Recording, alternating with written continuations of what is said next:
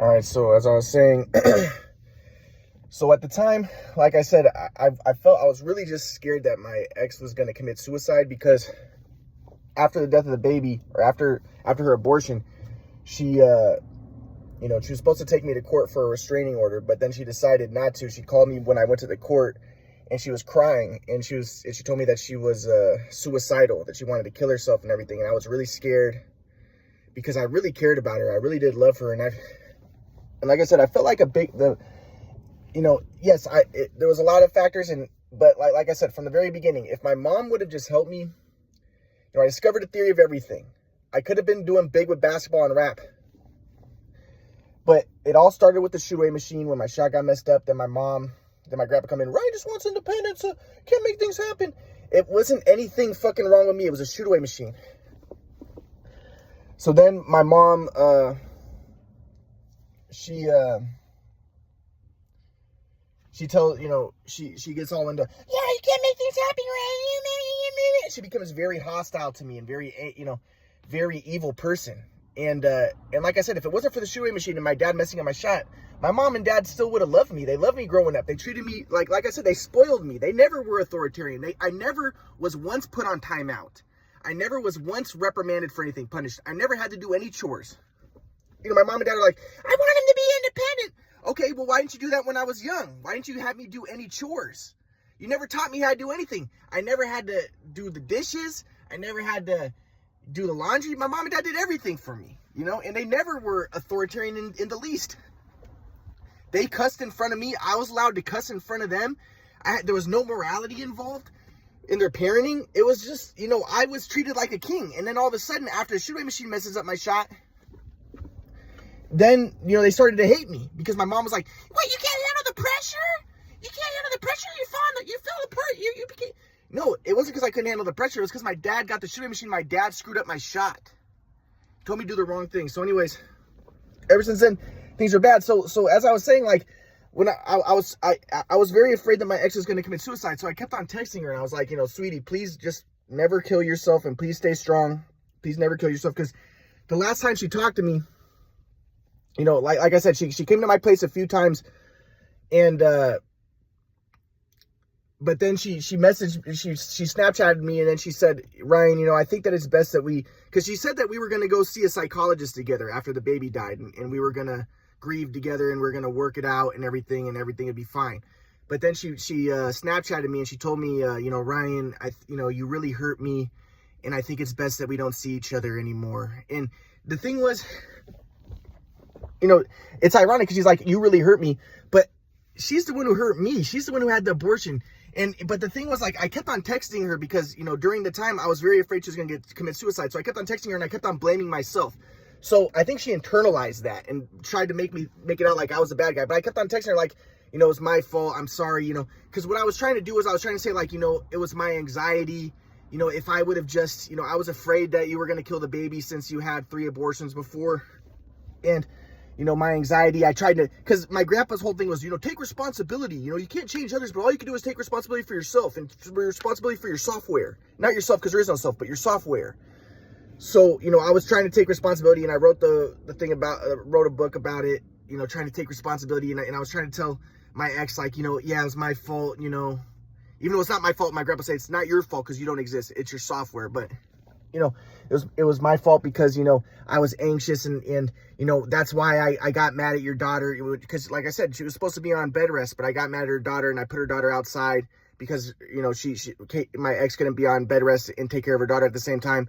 And I was like, it was because the reason why I did that was because I was anxious and I tried to make things happen and I allowed myself to get angry. And again, I wasn't in the flow. I was trying to make things happen. I tried to force things and instead of just communicating and telling you that, you need to have someone take care of your daughter so you could be on bed rest. I tried to make things happen, and it was my anxiety. I should have, if I wasn't anxious, but at the same time, think about it.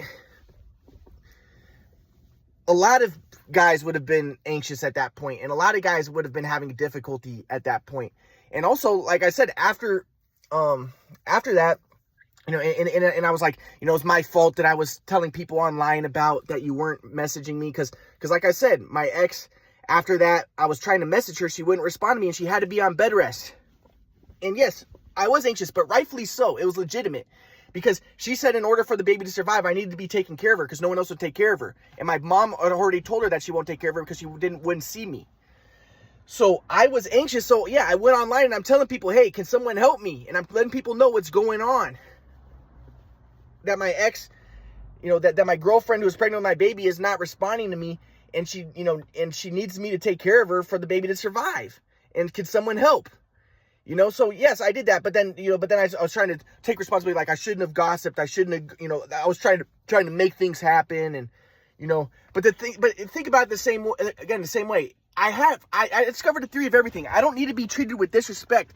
If my ex would have just been responding to my texts, I wouldn't have had to go online. I wouldn't, if she was just treating me maturely, I wouldn't have had to do that, And maybe I shouldn't have done that, but at the same time, I was being treated with disrespect. She's pregnant with my baby. I'm messaging her, hey, what's going on? Can I take, I want to take care of you. What's going on?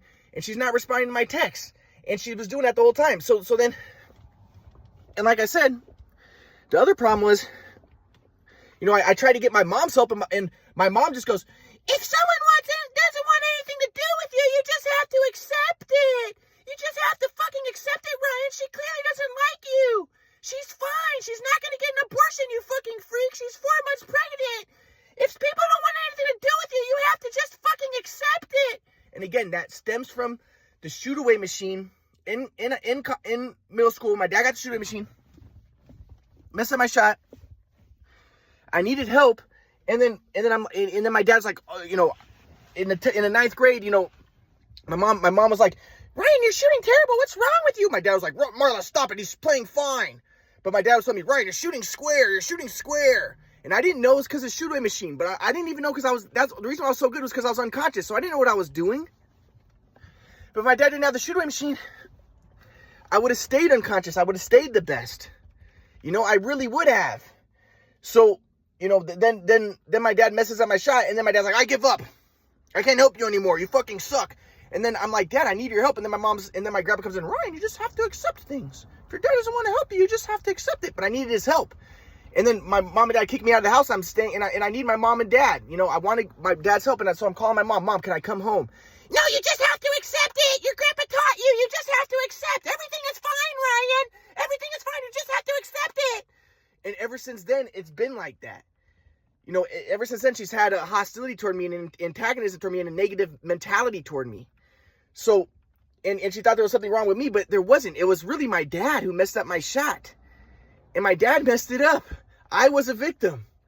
So in this case, I'm trying to get a hold of my ex, and my mom's like, she doesn't want anything to do with you. So most moms in this situation would talk to the ex and be like, hey, Ryan's telling me that he needs to be taking care of the baby to survive. You need to be on bed rest. What can we do to help the situation? But instead, my mom's just like, and she would be talking to me. She would be trying to comfort me. Instead, my mom goes, oh my God, she clearly wants nothing to do with you, you fucking loser. So just fucking accept it. When people don't want anything to do with you, you just have to fucking accept it. So then, and then she's not going to get an abortion, you fucking freak. And then she ended up getting an abortion. So then, and then also, like I said, my ex was Snapchatting another guy behind my back before this, and I stayed in my ex's apartment. And I was telling her, hey, I want to know who you're Snapchatting. I want to talk to this guy. I want to see what's going on, and then my ex calls my mom, and my mom's like, then my mom got really mad at me, like, Ryan, she made me leave the place, and she's like, Ryan, if Pete, your girlfriend clearly doesn't like you. You just have to accept it. Now, most mothers in this situation would be like, okay, your ex is Snapchatting another guy. Okay, well, I'll talk to her and I'll see what's going on. And she'll be comforting and she'll be understanding and she'll try to help me. Instead, my mom was never my ally. And that's the ironic thing was, she thinks she's following my grandpa's advice because my grandpa would be like, Ryan, you have to transcend ally-enemy software. You're dependent on your parents. And you have to transcend because if ally-enemy software confirms the illusion of the self. And so long as you're dependent, you'll be an ally-enemy software. But the thing is, I want my parents to be my fucking ally. And that's why I say my grandpa just screwed things up 1,000 times worse. And my parents are already immature and stupid. But then my grandpa's like, well, I understand your parents are being immature and they should talk to you. But, but his teachings fucked them up in the head. And my mom and dad are just stupid. They're stupid. So, so I'm trying to, but anyways, I texted my ex and I'm telling her, like, it was my fault. It was my anxiety. I should have, just let, I shouldn't have went online and told people about what was going on. Even though, really, she was at fault. She was not acting right. And like, I was trying to make things happen. But the fact of the matter was, I wasn't the sole one to blame in the situation. And really, I feel like a big aspect was my mom. If my mom would have just been there for me, when my ex wanted to meet her for Thanksgiving, my mom said no. And she said she wasn't going to see me. And then my ex, I have to tell my ex, well, my mom thinks I have schizophrenia. My ex was like, do you have schizophrenia? And then after that, she's watching me with her daughter like I'm some sort of schizophrenic freak. I never had schizophrenia. No doctor ever said I had schizophrenia. All the doctors said I had no mental illness. But so when I was talking to and then like I said, after that, my ex was, after she was Snapchatting another guy, my ex messaged me, Ryan, unless you start taking medicine, you're never going to be allowed to see your baby. And I'm like, dude, what the fuck? I don't have a mental illness. The doctor said that. This is what's so fucked up about my fucking mom. She hasn't seen me in 20 years, but she thinks I have a mental illness. It's like, it's retarded. But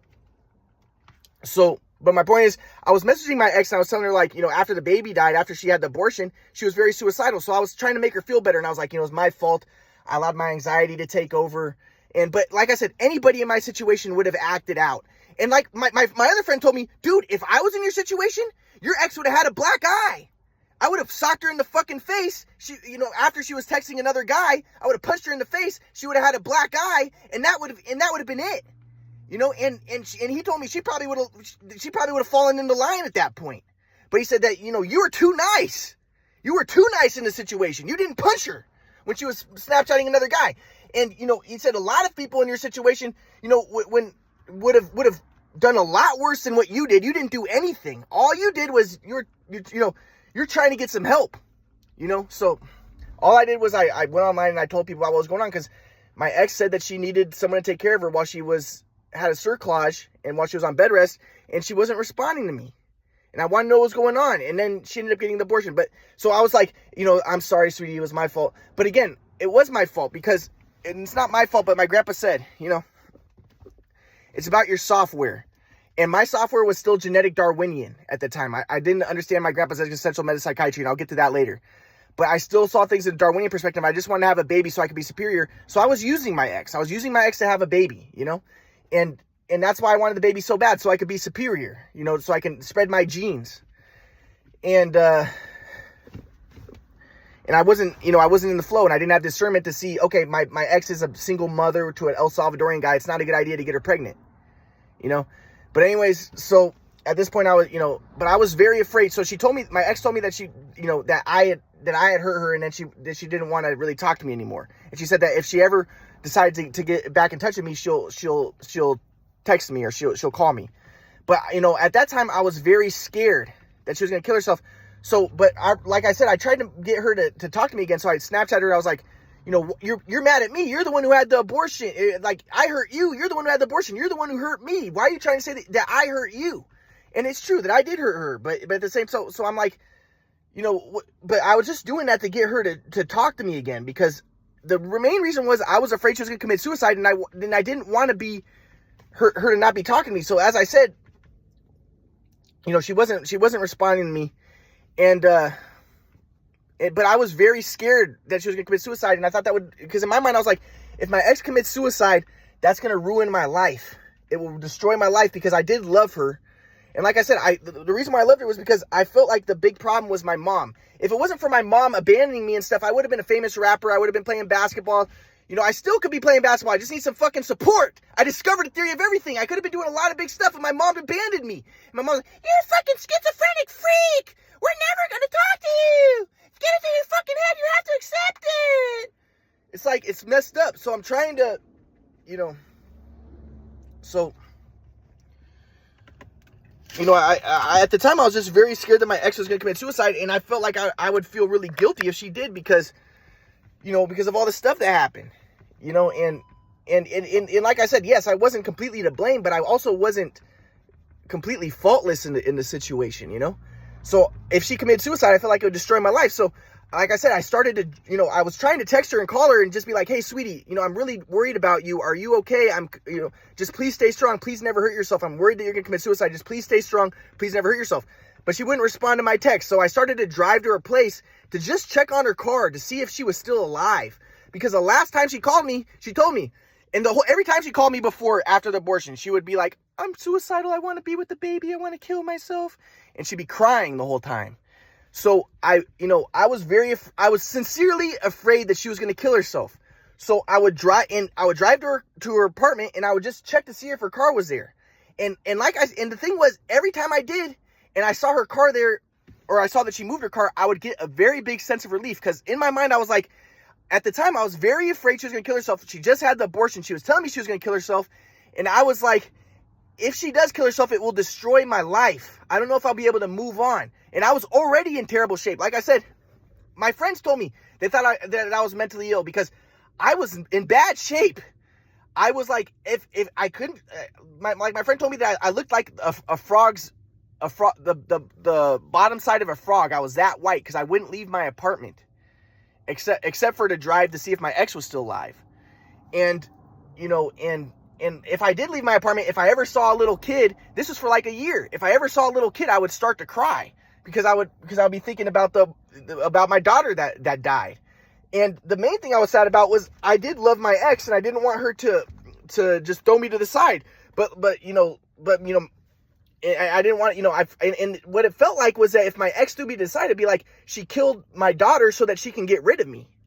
So, you know, I was mainly just afraid that she was going to kill herself, because I thought if she killed herself, then that would be the end of my life. So I would just drive up to her apartment, and I would check the car and see if she was still alive.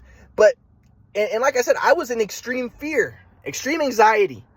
So every day, every single day in the morning, I would drive to see if her car was there, to see if she moved her car, because I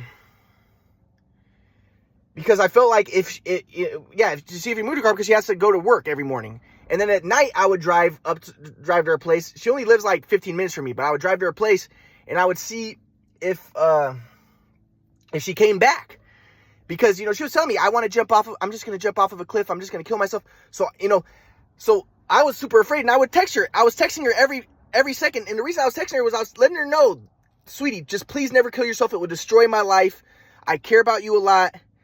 Just never do that. You know, I do love you. Just please never kill yourself. So, and then I would just drive every single morning and every single night. I would drive, and I would check to see her car to see if she moved her car. But then, like I said, one day, she didn't move her car.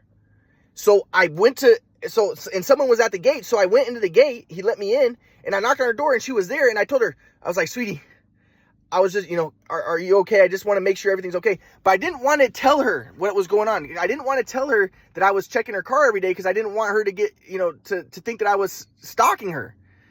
Because I wasn't, but I didn't want her to let her know that. But I just told her, sweetie, I'm just really worried about you. Can you please just like text me every once in a while, like maybe once a month, just so I know you're alive?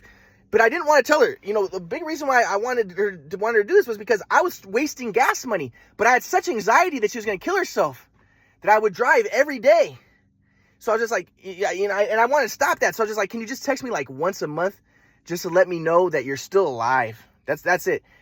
But she was like, no, I'll text you when I'm ready to text you. So then I ended up, so I'll continue what happened next.